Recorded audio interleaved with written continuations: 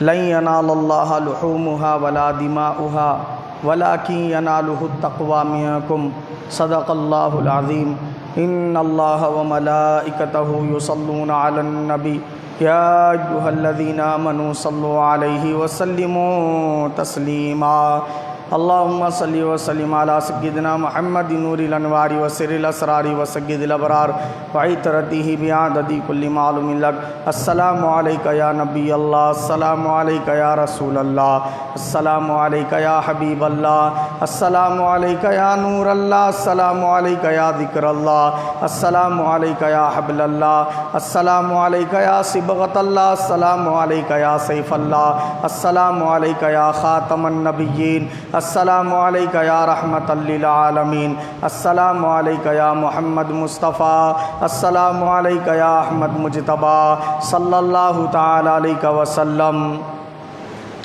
تھی ظلمت آپ سے پہلے اندھیرا تھا ہر ایک گھر میں، تم آئے ہو گئی دنیا منور یا رسول اللہ۔ محبت آپ کی غالب نہ ہو جب تک ہر ایک شے پر، مکمل ہو نہیں سکتا یہ ایمان یا رسول اللہ۔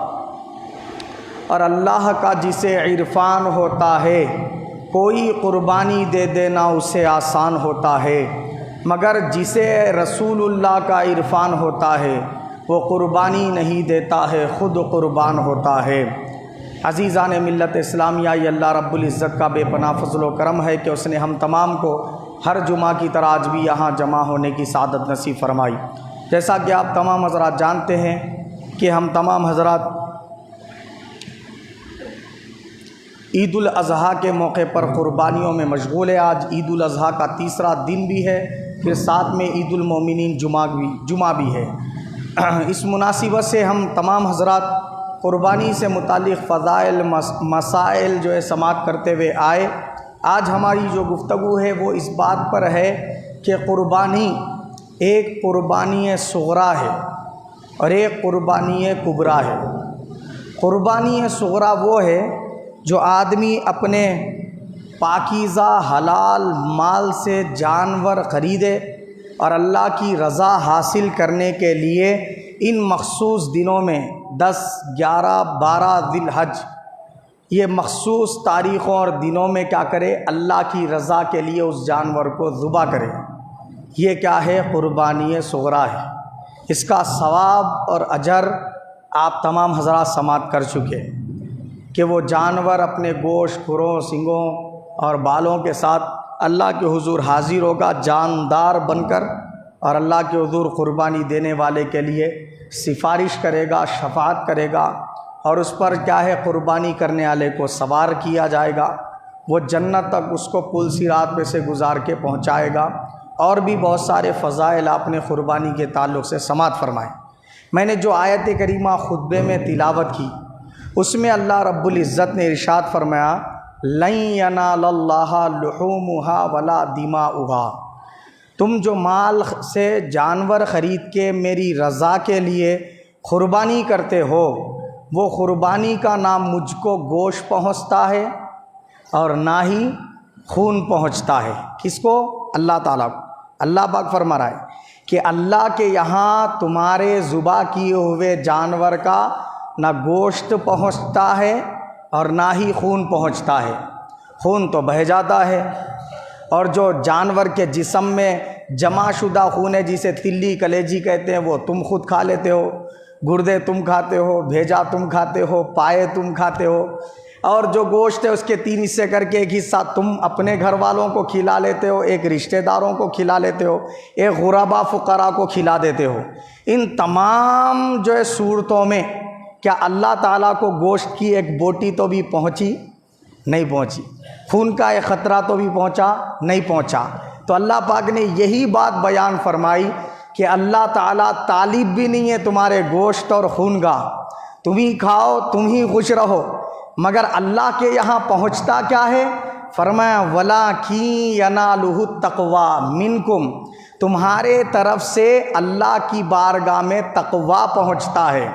اور اللہ تعالیٰ نے اپنے حبیب صلی اللہ علیہ وسلم سے ارشاد فرمایا اور پوری امت کو تعلیم فرمائی کہ تم اپنے جسم کو ڈھکنے کے لیے لباس پہنتے ہو، اپنی زینت کے لیے لباس پہنتے ہو، سرما میں سردی سے بچنے کے لیے لباس پہنتے ہو، بارش میں بارش سے بچنے کے لیے لباس پہنتے ہو، اور گرما میں کیا ہے، سخت دھوپ سے بچنے کے لیے لباس پہنتے ہو، یعنی آرام اور راحت کے لیے، زینت کے لیے اور اپنے بدن کو ڈھکنے کے لیے لباس پہنتے ہو۔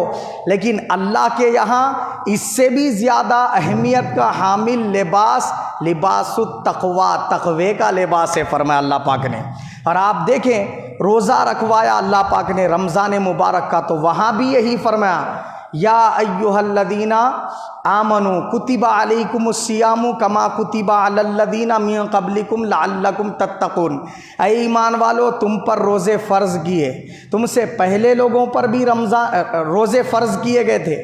دونوں پر روزے فرض کرنے کا مقصود یہ نہیں ہے کہ بھوکا پیاسا رکھوایا جائے، بھوکا پیاسا رکھوانا مقصود نہیں ہے، مقصود یہ ہے، کیا مقصود ہے، لعلکم تتقون، تاکہ تم متقی بن جاؤ۔ تو متقی بنانے پر ہی اللہ رب العزت نے قرآن کریم میں ہر جگہ زور دیا ہے، اور قرآن شریف میں سورہ بقرہ کی ابتدائی آیتوں میں ارشاد فرمایا الف لام میم ذالک الکتاب لا ریب فیہ ھدی للمتقین، یہ وہ کتاب قرآن مجید جو ہدایت دیتی ہے متقی لوگوں کو۔ اور اللہ رب العزت نے قرآن کریم میں ارشاد فرمایا، کیا ارشاد فرمایا، یہ ارشاد فرمایا کہ یا ایھا الذین آمنوا، یا ایھا الذین آمنوا لا تقدموا بین یدی اللہ ورسولہ واتقوا اللہ ان اللہ سمیع علیم۔ کیا فرمایا وہاں پہ، اے ایمان والو اپنے قدم اللہ اس کے رسول سے آگے مت بڑھاؤ، اللہ سے ڈرو، بے شک اللہ تعالیٰ زیادہ سننے والا، زیادہ علم والا ہے۔ آگے انہی آیات میں سورہ حجرات کی آیت نمبر 3 میں فرمایا ان الذین یغضون اصواتهم عند رسول اللہ اولئک الذین امتحن اللہ قلوبہم للتقوی، فرمایا بے شک وہ لوگ جو میرے محبوب کی بارگاہ کا ادب کرتے ہیں اور میرے حبیب کی بارگاہ میں اپنی آوازیں کم کر لیتے ہیں، تو ہم ان کے دلوں کو تقوی کے لیے چنتے ہیں۔ کن کا دل تقوی کے لیے چنا جاتا ہے؟ جو ادب رسول کرنے والے، حضور سے محبت کرنے والے، حضور کی تعظیم اور ادب کرنے والے، وہ بندوں کے دل تقوی کے لیے چنے جاتے ہیں۔ اور اللہ نے فرمایا متقی بندوں کے لیے فضیلت بیان کرتے ہوئے فرمایا الا ان اولیاء اللہ لا خوف علیہم ولا هم یحزنون، کان کھول کے سن لو، اللہ کے ولیوں کو نہ کسی چیز کا خوف ہے نہ کسی چیز کا ڈر ہے۔ اللہ کے ولی بے خوف ہیں اور بے غم ہیں، غم بھی نہیں ہے ان کو کسی چیز کا، خوف بھی نہیں ہے، ہر خوف ہر غم سے بری کر دیے گئے۔ مولا ولی کون ہے؟ فرمایا اللہ پاک نے وہ ہے ان اولیاءہ الا المتقون، جو میرے متقی بندوں کی جماعت ہے، جو میرے متقی بندوں کا گروپ ہے، ان میں سے میں جسے چاہتا ہوں ولایت کے لیے چن لیتا ہوں۔ وہ گروپ کے اندر سے ہی ولی ہوتے ہیں، متقی بندوں میں سے ہی کیا ہوتے ہیں؟ ولی ہوتے ہیں۔ اب اللہ تعالیٰ سے پوچھو مولا یہ متقی بندہ بنتا کب ہے؟ فرمایا الذین یؤمنون بالغیب ویقیمون الصلاۃ ومما رزقناہم یونفقون۔ فرمایا اللہ رب العزت نے متقی بندہ بننے کے لیے پہلے ایمان بالغیب لانا ضروری ہے۔ ایمان بالغیب بولے تو غیب پر ایمان لانا، اللہ کو آپ دیکھے کیا؟ نہیں دیکھے، بن دیکھے اللہ پر ایمان رکھنا، یقین رکھنا کہ اللہ کی ذات موجود ہے، اللہ نے ہی یہ ساری کائنات کو بنایا، مجھے زندگی دی، مجھے موت بھی دینے والا ہے، مجھے بیماری بھی دیتا ہے، شفا بھی دینے والا ہے، بارش کو برسانے والا، بارش کو روک دینے والا ہے۔ اگر بارش کو برسانا شروع کر دے تو کائنات میں کوئی ایسا نہیں ہے جو روک سکے، اور اگر وہ بارش کو روک دے تو پھر کوئی کائنات میں ایسا نہیں ہے کہ جو برسا سکے۔ وہ اگر کسی کو زندگی دے دے، کائنات میں کوئی ایسا نہیں ہے کہ اس کو موت دے سکے۔ اگر وہ کسی کو موت موت دے دے، کائنات میں کوئی ایسا نہیں ہے کہ اس کو زندگی عطا کر دے۔ آپ بولیں گے پھر عیسیٰ روح اللہ مردے کو زندہ کیے نا، تو یہاں بات کئی کی ہو رہی؟ خود سے زندہ کرنے کی ہو رہی۔ وہاں عیسیٰ روح اللہ نے جو زندہ کیا، اللہ کے حکم سے زندہ کیا، اللہ کے اذن سے زندہ کیا، اللہ کی دی ہوئی طاقت سے زندہ کیا۔ وہ عیسیٰ روح اللہ کا، محمد مصطفیٰ صلی اللہ علیہ وسلم کا مردوں کو زندہ کر دینا اللہ کی عطا اور طاقت سے ہے۔ اللہ نے چاہا یہ مردے کو میرا نبی زندہ کرے تو نبی نے کہا قم باذن اللہ، مردہ اٹھ گیا۔ اگر اللہ نہیں چاہتا تو نبی بھی مردے کو نہیں اٹھا سکتے، ولی بھی مردے کو نہیں اٹھا سکتے، غوث پاک بھی مردے کو نہیں اٹھا سکتے۔ اگر اللہ نہ چاہے تو کوئی کچھ نہیں کر سکتا، لیکن اگر اللہ چاہے تو ولی بھی مردے کو زندہ کر سکتا ہے، نبی بھی مردے کو زندہ کر سکتا ہے، اور رسول بھی مردے کو زندہ کر سکتا ہے۔ بندہ کر کب سکتا ہے؟ جب اللہ چاہا۔ سمجھ گئے بات آپ؟ اللہ ہی ایسا ہے جو وہ چاہے وہ کر دیتا ہے، فعال لما یرید، جو وہ چاہے وہ کر دیتا ہے۔ کوئی دوسرا نہیں کر سکتا ایسا، اس لیے کوئی دوسرا خدا نہیں ہو سکتا، اللہ ہی الہ اور معبود ہو سکتا ہے۔ کوئی دوسرا عبادت کے لائق اسی لیے نہیں ہو سکتا کیونکہ وہ خود سے زندہ نہیں ہے، وہ خود سے مردے کو زندہ نہیں کر سکتا، وہ خود سے زندگی اور موت نہیں دے سکتا، وہ خود سے بیماری اور صحت نہیں دے سکتا۔ کوئی کائنات میں ہے ایسا؟ کوئی دوسرا نہیں ہے، صرف اللہ رب العزت ہے۔ تو کیا ہے؟ اللہ کو ایسا ماننا اور یقین رکھنا مضبوطی کے ساتھ کہ میرا رب جو چاہے وہ کرنے والا ہے، زندگی موت دینا، کائنات کو بنانے والا، ساری کائنات کی ہر مخلوق کی تخلیق فرمانے والا، ذرے ذرے کی اسی نے تخلیق فرمائی، اس کے تخلیق میں کوئی اس کا پارٹنر یا حصے دار نہیں ہے۔ اگر مانا تو مشرک ہو جائے گا، مومن نہیں ہوگا، وہ ایمان بالغیب نہیں کہلائے گا۔ ایمان بالغیب اس کا نام ہے۔ بات سمجھ میں آئی؟ اور رسولوں پر ایمان رکھنا، فرشتوں پر ایمان رکھنا، ویسا ہی جیسے اللہ نے ایمان رکھنے کا حکم فرمایا، تعلیم فرمائی۔ قیامت پر ایمان رکھنا، اچھی بری تقدیر اللہ کی طرف سے ہوتی ہے، اس پر ایمان رکھنا۔ یہ سب چیزوں کو دیکھے کیا جی؟ جنت دوزخ دیکھے مگر مان رہے نا جنت دوزخ حق ہے، قبر کا عذاب حق ہے۔ قبر میں جو ہے نا کیا ہے؟ سرکار نے فرمایا اگر مومن کامل قبر میں جب پہنچتا ہے تو کیا ہوتا ہے؟ اس کے قبر میں یا تو اس کے سوالات کے جوابات دینے پر قبر جنت کے باغوں میں کا ایک باغ ہوتی ہے، اگر جوابات نہ دے تو اس صورت میں کیا ہوگا؟ دوزخ کے گڑھوں میں کا ایک گڑھا ہوتی ہے۔ یہ ہم خالی سنے رسول پاک سے، مگر مان رہے نہیں مان رہے، اس کو مان رہے۔ یہ ہے ایمان بالغیب، رسول پر اعتماد کرنا، اللہ پر اعتماد کرنا، اور ان کے بتائے ہوئے باتوں پر مضبوطی کے ساتھ یقین رکھنا، زبان سے ایمان مفصل پڑھنا، دل میں اس کو یقین کے ساتھ مان لینا یہ سچ ہے۔ ایسا ماننا جان دینے تیار ہو جانا مگر ایمان بیچنے تیار نہیں ہونا، ویسا مان لینا انہیں۔ تو یہ ہو گیا ایمان والا۔ متقی بننے کے لیے پہلی شرط ہے ایمان بالغیب۔ اس کے بعد اللہ نے کیا فرمایا؟ ایمان والا ہو گیا نا، اب کیا کرنا؟ وَيُقِيمُونَ الصَّلَاةَ، نماز کو قائم کرنا۔ اب نماز کو قائم کرنا فرمایا، نماز پڑھنا بول کے نہیں فرمایا۔ پڑھنے میں قائم کرنے میں فرق ہے۔ قائم کرنا کس کو بولتے ہیں معلوم ہے؟ قائم کرنا اس کو بولتے کہ جو نماز کا جو وقت ہے عین اسی وقت کو اس کو مس کیے بغیر، اس کو ضائع کیے بغیر وہی وقت پہ نماز ادا کرنا۔ سمجھ گیا آپ؟ اس کے جو حقوق اور شرائط ہے وہ تمام حقوق اور شرائط کے ساتھ اس کو ادا کرنا، عین اسی وقت پہ جو اس کا وقت ہے پڑھنے کا، اس کو قضا ہونے نہیں دینا، لیٹ نہیں کرنا، سستی کاہلی نہیں کرنا، دل لگا کے ادا کرنا، اس کو دل کی گہرائیوں کے ساتھ ادا کرنا، اخلاص کے ساتھ ادا کرنا، مولا کو راضی اور خوش کرنے کے لیے ادا کرنا۔ یہ ہے وَيُقِيمُونَ الصَّلَاةَ، نماز کو قائم کرنا۔ ہاں اگر بندے نے پوری کوشش کی، جد و جہد کی نماز کو وقت پہ ادا کرنے کی، مگر ایسا ہو گیا کبھی کہ شرعی عذر پیش آ گیا، غسل فرض ہے اس کے اوپر، اٹھا تاخیر سے، اب بالکل کم وقت ہے، غسل کر کے انہیں جو ہے نا مسجد کو آئے تک ٹائمش ختم ہو جانے والا ہے۔ اب ویسی صورت میں کیا کریں گا بیچارہ؟ گھر میں ہی غسل کر لے کے وہیں ادا کر لیں گا نماز۔ اب جماعت اس کے اوپر کیا ہے؟ واجب نہیں رہے گی، اکیلا پڑھ لینے پر ہی اس کو جماعت کا ثواب اللہ پاک عطا فرما دے گا، کیونکہ ارادہ اور نیت کیا تھی اس کی؟ جماعت سے پڑھنے کی تھی، الارم رکھا تھا، ساری چیزوں کی کوشش کیا تھا، مگر اٹھنے کے باوجود وقت کم ہونے کی بنا پر وہ گھر پہ ادا کیا، ثواب اس کو وہی ملے گا۔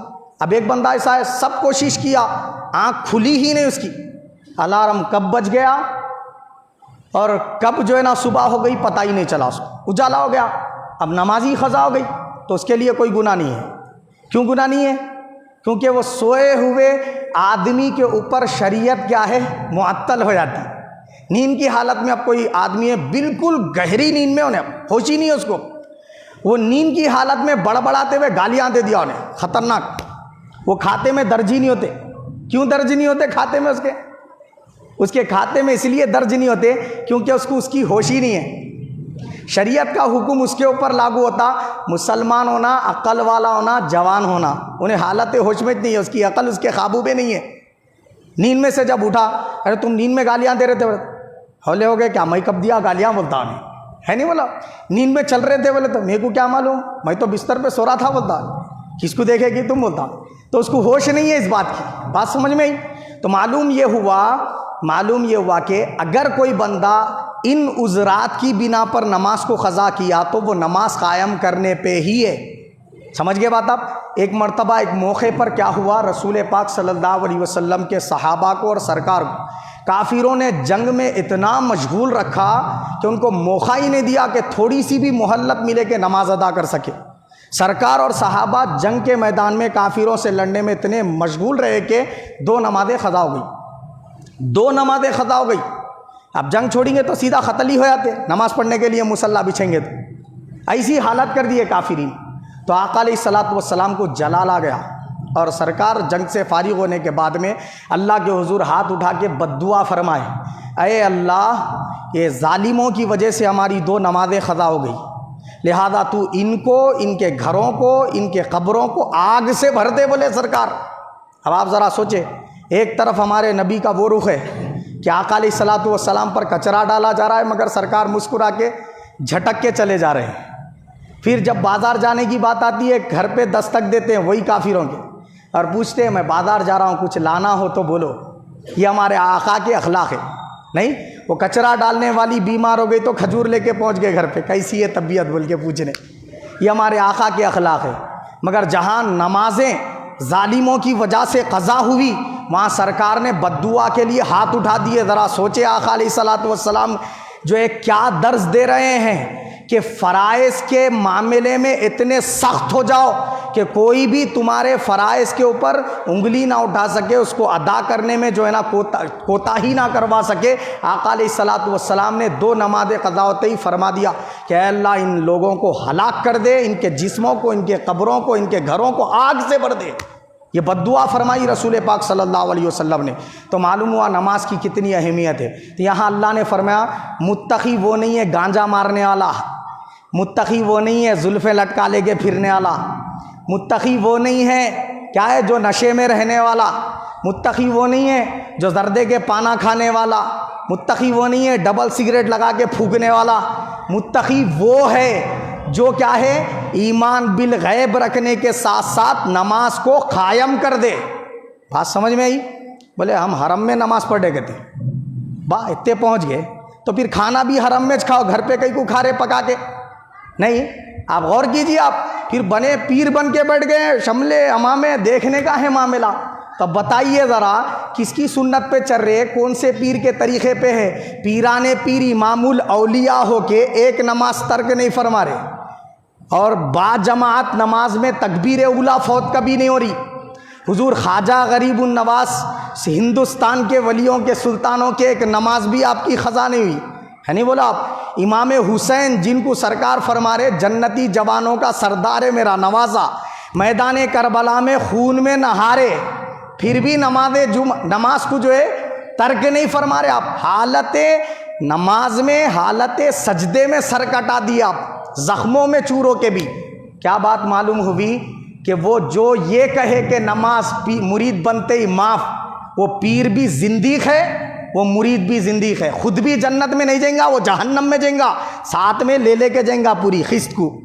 سمجھئے، سوچ سمجھ کے دامن پکڑیے، دامن اس کا پکڑیے جو متقی ہو، جس کے بارے میں اللہ نے فرمایا میں نے اس کو ولی بنایا ہے. کس کو بنایا ہے؟ ان اولیاءہ الا المتقون، میرے ولی وہ ہیں جو متقی بندوں میں سے ہے.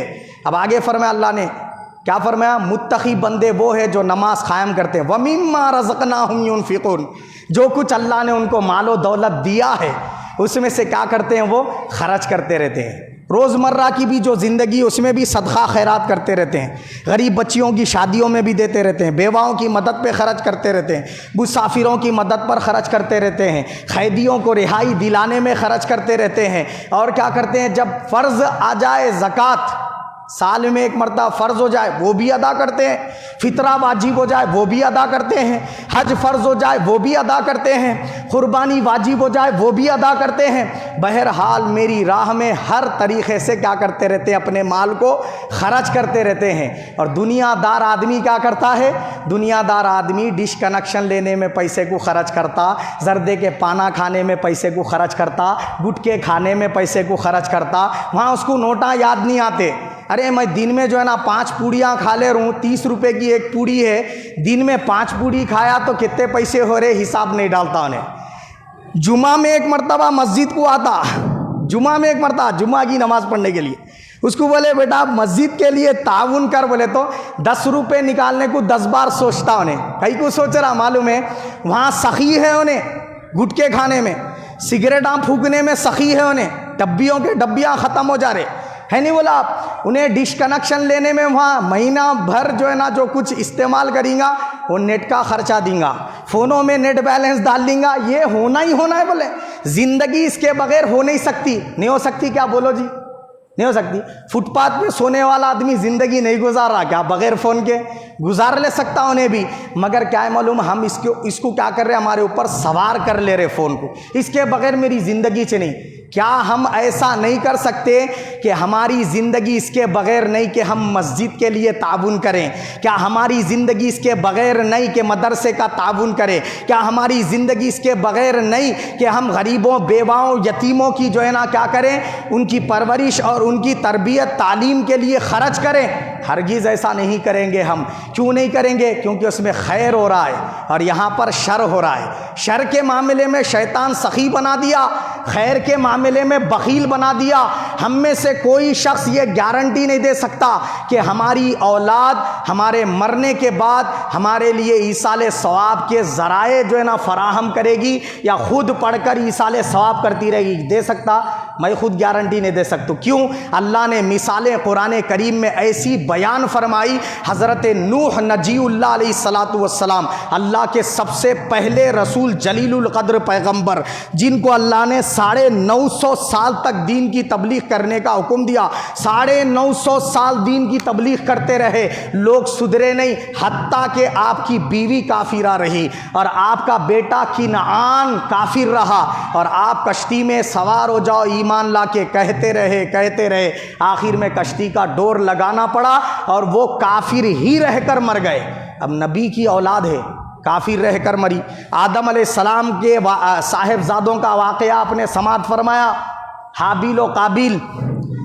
قابیل نے کیا کیا؟ حابیل کا قتل کر دیا خالی حسین عورت کے لالچ میں. نتیجہ کیا ہوا؟ کافر ہو گیا اور کفر پر مرا وہ بدبخت. نبی کی اولاد ہے، نبی کی اولاد ہے. لوط علیہ الصلاۃ والسلام اللہ کے جلیل القدر پیغمبر ہے. ان کا بیٹا، ان کو 2 بیٹیاں تھیں، 2 صاحبزادیاں تھیں، لیکن ان کی جو بیوی تھی منافقہ تھی. ادھر کہتی میں آپ کے طرف ہوں اور اپنے کافروں سے جا کے ملتی تو کہتی میں تمہارے طرف ہوں. حتیٰ کہ اللہ تعالیٰ نے اس کو عذاب کے لپیٹ میں لے لیا، وہ ہلاک ہو گئی. نبی کی صحبت میں تھی لوط علیہ السلام کی بیوی، مگر نصیب میں ایمان نہیں تھا. نبی کا بیٹا تھا کنعان، نبی کا بیٹا تھا قابیل، مگر نبی کی تعلیم تربیت کے باوجود سدھر نہ سکا.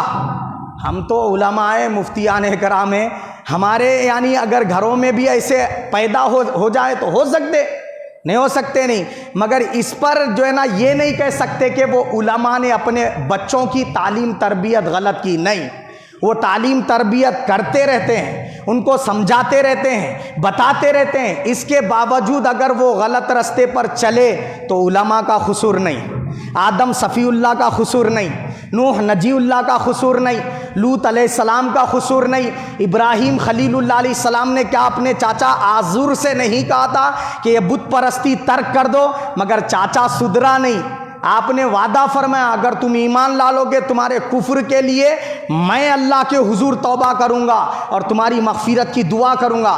مگر جب اللہ پاک نے بتا دیا ہے ابراہیم یہ سدھرنے والا نہیں، اس کو اگر ہزاروں سال بھی عمر دی جائے یہ کفر پر ہی قائم رہے گا، خلیل اللہ نے دعا مانگنی چھوڑ دی، دعا مانگنی چھوڑ دی اور وہ کافر ہی مرا۔ تو کیا ابراہیم خلیل اللہ کا قصور تھا یا پھر آزر کا خود کا قصور تھا؟ تو عزیزان ملت اسلامیہ یہاں اللہ پاک نے تعلیم تربیت یہ دی وَمِمَّا رَزَقْنَاهُمْ يُنْفِقُونَ، میرے بندے جب تک تو زندہ ہے تیرے اوپر تیرے بیوی بچوں کے اخراجات میں نے فرض کیے ہیں، لازم کیے ہیں۔ بیوی کے لیے 2 جوڑے لباس سال میں فراہم کرنا، رہنے کے لیے مکان فراہم کرنا، اس کا مہر دینا اور اس کے کھانے پینے کے لیے کم از کم 2 وقت کی روزی کا کیا کرنا، اہتمام کرنا، اور اس کو سال میں 2 جوڑی چپل دلا دینا۔ یہ کیا ہے؟ اللہ رب العزت نے شوہر پر لازم کیے، فرض کیے، حقوق فرض کیے ہیں۔ مگر یہ بتائیے اگر شوہر انتقال کر جائے تو کیا اس کے اوپر فرض ہے کہ اب بھی بیوی کے جو ہے نا اخراجات کو اٹھائے؟ نہیں ہے فرض۔ تو ہم کیا کر رہے ہیں؟ ہماری اولاد کے لیے ہم نوٹوں کو جمع کر رہے ہیں، اس کا فیوچر بولے بچے کا فیوچر بالکل جمع کر سکتے، اس سے منع نہیں کیا ہے اللہ نے اور رسول پاک صلی اللہ علیہ وسلم نے، مگر یہ فرمایا ہے کہ پورا کا پورا خالی جمع ہی کر رہے، اس میں سے کچھ خرچ نہیں کر رہے۔ کیا؟ اس میں سے کچھ خرچ نہیں کر رہے۔ بولے کاروبار نہیں چل رہے تو سب سے پہلے بند کرنا کہاں سے شروع کرتے؟ اب مدرسے کو 500 روپے دے رہے تھے سمجھو، وہ دینا بند کر دیتے۔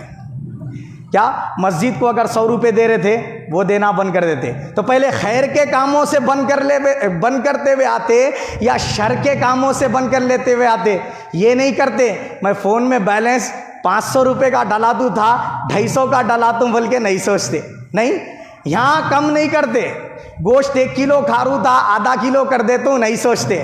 رانا کھینچنے کو خوب ہو نہ بولتے، گوشت کھینچنے کو خوب ہو نہ بولے، ہے نہیں بولا آپ؟ دنیا جمع کرنے کے لیے سب کچھ ہونا مگر آخرت کا ذخیرہ جمع کرنے کے لیے کچھ نہیں ہونا۔ ہم کو ہمارے ذہن بدلنے کی ضرورت ہے۔ اللہ پاک نے فرمایا میرے بندے قربانی تجھ سے دینے اس لیے لگوائی تاکہ قربانی اصغر سے قربانی اکبر کی طرف آ۔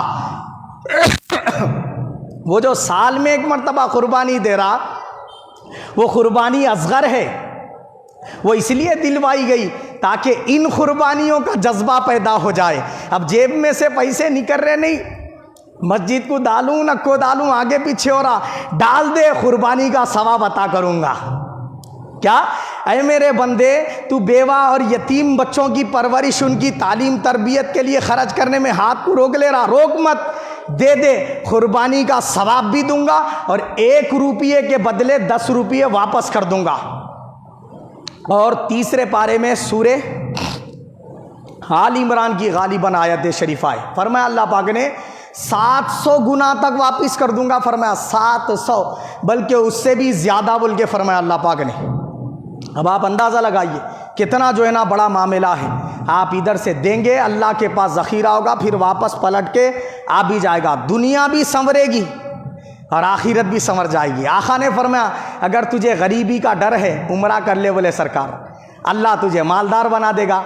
صحابہ نے عرض کیا یا رسول اللہ وہ کیسے؟ حضور نے فرمایا جو عمرے کے لیے آتا ہے حج کے لیے آتا ہے وہ اللہ کا مہمان ہوتا ہے، مطلب وہ خود کے پیسوں سے نہیں کھا رہا، اللہ کھلا رہا اس کو، تو وہ جو کچھ پلین کے لیے، جو کچھ ٹکٹ کے لیے، جو کچھ لارج کے لیے، جو کچھ کھانے پینے کے لیے اور وہاں پر جتنے بھی اخراجات کے لیے خرچ کرتا ہے مال، اللہ کے حبیب نے فرمایا وہ 2 گنا کر کے اس کو واپس کر دیا جاتا، ڈبل کر کے واپس کر دیا جاتا۔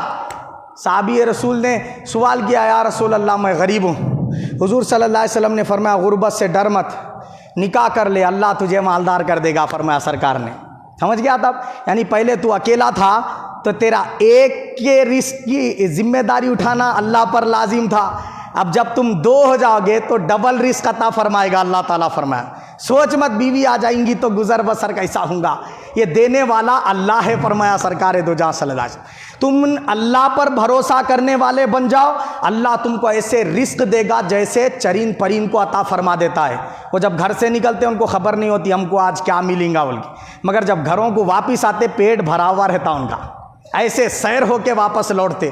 تو اللہ پر توکل کرنے والے بن جاؤ، یہ اللہ رب العزت نے اور اس کے حبیب نے فرمایا۔ تو وہ ایک قربانی ہے وہاں پر جو دی تھی۔ اب یہ قربانی کیا ہے؟ صبح میں کیا ہے معلوم ہے؟ بستر چھوڑنا نہیں، اٹھنا جی نہیں چاہ رہا، سردی بہت ہے، وضو بنا کے جاؤں کیا مسجد؟ مگر اگر گھر سے وضو بنا کے مسجد کی طرف چلا تو ہر قدم پر قربانی کا ثواب اللہ پاک عطا فرمائے گا، نفل قربانی کا ثواب۔ اور مسجد پہنچ گیا اور جماعت کے ساتھ نماز ادا کر لیا، ایک حج اور ایک عمرے کا مقبول حج مقبول عمرے کا ثواب عطا کیا جائے گا۔ یہ شان اور عظمت ہے۔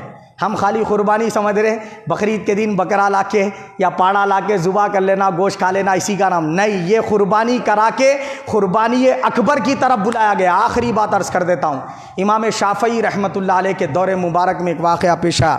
بادشاہ وقت نے کہا علماء اکرام کو، صوفیہ اکرام کو بلوا کر کہ میں جنتی ہوں یا دوزخی، میرے کو خوش کرنے کے لیے اگر جنتی جو بھی بولیں گا اس کی گردن مار دیتا ہوں، بولا ثابت کرنا ہوگا جنتی بولے تو جنتی کیسا ہوں، اور دلیل کے ساتھ ثابت کرنا ہوگا اگر دوزخی ہوں تو کس بنیاد پر دوزخی ہوں۔